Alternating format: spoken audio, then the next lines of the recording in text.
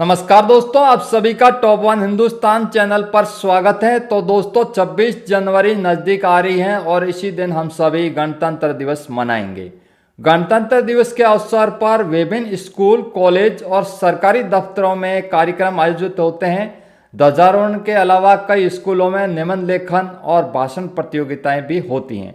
अगर आप भी इस मौके पर भाषण देने की योजना बना रहे हो तो आप इस स्पीच की मदद ले सकते हैं। तो दोस्तों शुरू करते हैं अपना भाषण। मंच पर विराजमान सम्माननीय अतिथि महोदय, आदरणीय प्रधानाचार्य जी, मेरे समस्त शिक्षक गणों और मेरे प्यारे सहपाठी भाई बहनों को सुप्रभात। जो देश के लिए शहीद हुए उनको मेरा सलाम है। अपने खून से जिस जमी को सींचा उन बहादुरों को सलाम है। आज गणतंत्र दिवस है और मैं आप सभी को इस दिन की शुभकामनाएं देता हूं। आज हम सब अपने भारत देश का 73वां गणतंत्र दिवस मनाने के लिए यहाँ एकत्रित हुए हैं। गणतंत्र दिवस हर साल 26 जनवरी को मनाया जाता है क्योंकि इसी दिन हमारे देश का संविधान लागू किया गया था। 26 जनवरी 1950 को हमारा देश भारत एक गणतंत्र देश बन गया। इस दिन की सबसे अच्छी बात यह है कि सभी जाति एवं वर्ग के लोग इसको एक साथ मिलकर मनाते हैं। भारत का संविधान एक लिखित संविधान है। हमारे संविधान को बनने में 2 साल 11 महीने और 18 दिन का समय लगा था। भारतीय संविधान दुनिया का सबसे बड़ा लिखित संविधान है।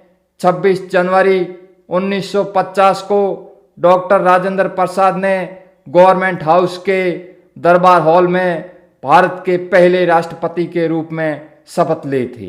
भारत के पहले गणतंत्र दिवस के मुख्य अतिथि इंडोनेशिया के राष्ट्रपति सुकर्णो थे। गणतंत्र, गण प्लस तंत्र का अर्थ है जनता के द्वारा जनता के लिए शासन। आज के दिन स्वतंत्रता सेनानियों को याद करना बेहद जरूरी है। उन्हीं की बदौलत आज हम सब आज़ाद हैं। हमारे देश के महान नेताओं और स्वतंत्रता सेनानियों महात्मा गांधी, भगत सिंह, चंद्रशेखर आज़ाद, लाला लाजपत राय, सरदार वल्लभ भाई पटेल, लाल बहादुर शास्त्री और अनगिनत देशभक्तों ने ब्रिटिश हुकूमत से लोहा लिया और अपनी जान की कुर्बानी देकर हमें आज़ादी दिलाई। भारत को एक आज़ाद देश बनाने के लिए इन लोगों ने अंग्रेजों के खिलाफ लगातार लड़ाई लड़ी। हम इन सभी स्वतंत्रता सेनानियों के योगदान को कभी भूल नहीं सकते। गणतंत्र दिवस के मौके पर राजपथ पर तिरंगा फहराया जाता है, फिर राष्ट्रगान गाया जाता है और 21 तोपों की सलामी होती है। इस अवसर पर अशोक चक्र और कीर्ति चक्र जैसे महत्वपूर्ण सम्मान दिए जाते हैं। इसके बाद हमारी सेना अपना शक्ति प्रदर्शन और परेड मार्च करती है। परेड में भारत की तीनों सेना, नौसेना, थल सेना और वायुसेना की टुकड़ी शामिल होती हैं।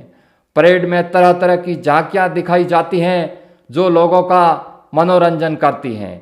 हमारे प्रथम राष्ट्रपति डॉक्टर राजेंद्र प्रसाद ने कहा था, हमने एक ही संविधान और संघ में हमारे पूर्ण, महान और विशाल देश के अधिकार को पाया है जो देश में रह रहे सभी पुरुषों और महिलाओं के कल्याण की जिम्मेदारी लेता है।